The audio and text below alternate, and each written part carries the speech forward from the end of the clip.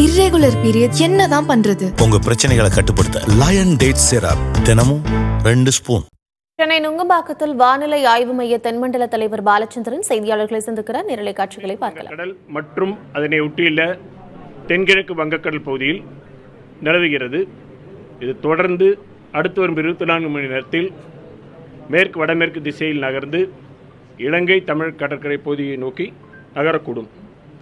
இதன் காரணமாக அடுத்து வரும் 4 தினங்களுக்கு தமிழகம், புதுவை, காரைக்கால் பகுதிகளில் அநேக இடங்களில் லேசானது முதல் மிதமான மழை பெய்யக்கூடும். கனமழை பொறுத்தவரையில் அடுத்து வரும் 24 மணி நேரத்திற்கு கடலூர், மயிலாடுதுறை, காரைக்கால், நாகப்பட்டினம், திருவாரூர், தஞ்சாவூர் ஆகிய மாவட்டங்களில் ஓரிரு இடங்களில் கனமழைக்கான வாய்ப்பு இருக்கிறது.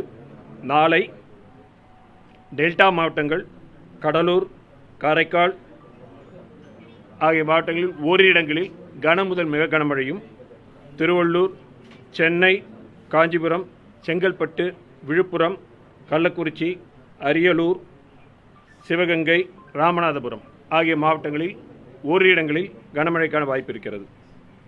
12ஆம் தேதி திருச்சிராப்பள்ளி, தஞ்சாவூர், புதுக்கோட்டை, சிவகங்கை ஆகிய மாவட்டங்களில் ஓரிரு இடங்களில் கன முதல் மிக கனமழையும், திருவள்ளூர் தொடங்கி நாகப்பட்டினம் வரையிலான வடகடலோர மாவட்டங்களில், மேலும் நீலகிரி, கோவை, திருப்பூர், திண்டுக்கல், மதுரை ஆகிய மாவட்டங்களில் ஓரிரு இடங்களில் கனமழைக்கும் வாய்ப்பு இருக்கிறது. 13ஆம் தேதி தென் தமிழக மாவட்டங்கள் மற்றும் மேற்கு மலை தொடர்ச்சி ஒட்டியுள்ள மாவட்டங்களில் ஓரிரு இடங்களில் கனமழைக்கான வாய்ப்பு உள்ளது.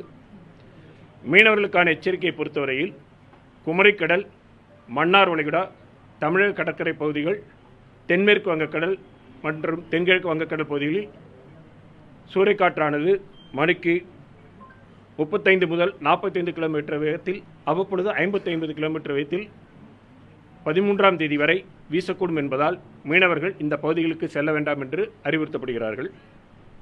வடகிழக்கு பருவமழை பொறுத்தவரையில் தமிழகம், புதுவை, காரைக்கால் பகுதிகளில் கடந்த அக்டோபர் 1 முதல் இன்று வரையிலான காலகட்டத்தில் பதிவான மழையின் அளவு 45 சென்டிமீட்டர். இந்த காலகட்டத்தின் இயல்பு அளவு 40 சென்டிமீட்டர். இது இயல்பை விட 14% அதிகம். தற்பொழுது வரை 22 மாவட்டங்களில் இயல்பை ஒட்டியும், 15 மாவட்டங்களில் இயல்பை விட அதிகமாகவும், 3 மாவட்டங்களில் இயல்பை விட குறைவாகவும் மழை பதிவாகியுள்ளது. ஓகேங்களா?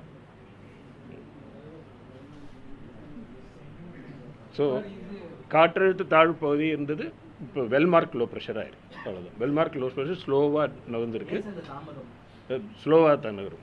மெதுவாக இருக்கக்கூடிய சூழ்நிலை தான் இருக்குது. இப்பொழுது நிலையில் மெதுவாக தான் நிகழ்ந்து கொண்டிருக்கிறது.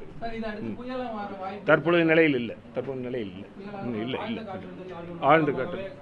ஆழ்ந்த காற்றழுத்த தாழ்வு பகுதி வெல்மார்க் லோ ப்ரெஷர் அப்புறம் தான் டிப்ரெஷன், அப்புறம் தான் டீப் டிப்ரெஷன். அதுக்கு நிறைய புயலுக்கெல்லாம் 4-5 ஸ்டேஜ் மேலே இருக்குது. இன்னும் இது வெறும் லோ ப்ரெஷர் தானே. லோ ப்ரெஷருக்கு வெல்மார்க் லோ ப்ரெஷர் ஆகிருக்கு. அவ்வளோதான்.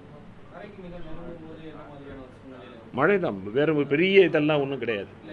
அதாவது மழை தான் இந்த லோ ப்ரெஷர்னால தமிழக பகுதியில் அநேக இடங்களில் மிதமான மழை. முதல்ல கனமழைக்கு தான் ஒவ்வொரு நாளும் இது கிழக்கிலிருந்து மேற்காக நகர்ந்து செல்லும் பொழுது படிப்படியாக சில பகுதிகளில் கனமழை இருக்கும், சில பகுதிகளில் இதுவாக இருக்கும். சென்னையை பொறுத்த வரைக்கும் பொதுவாக மிதமான மழையும், சில பகுதிகளில் அவ்வப்பொழுது கனமழையும். Okay, thank you. வானிலை ஆய்வு மைய தென்மண்டல தலைவர் பாலச்சந்திரன் செய்தியாளர்களை சந்தித்தார். தமிழகத்தில் அடுத்த 4 நாட்களுக்கு மழைக்கு வாய்ப்பு இருப்பதாக சொல்லப்பட்டிருக்கிறது. அடுத்த 24 மணி நேரத்தில் 5 மாவட்டங்களில் கனமழைக்கான வாய்ப்பு இருப்பதாக சொல்லியிருக்கிறார். கடலூர், மயிலாடுதுறை, நாகை, திருவாரூர், தஞ்சை ஆகிய மாவட்டங்களில் கனமழைக்கு வாய்ப்பு இருப்பதாக அவர் தெரிவித்திருக்கிறார். விவரங்களை பின்வரும் செய்திகளில் விரிவாக பார்க்கலாம். He is brilliant. ஆனா அடிக்கடி ரொம்ப டயர்ட் ஆயிடுறான். லயன் டேட் சிரப் நோய் எதிர்ப்பு சக்தி அதிகமா இருக்கு. தினமும் 2 ஸ்பூன்.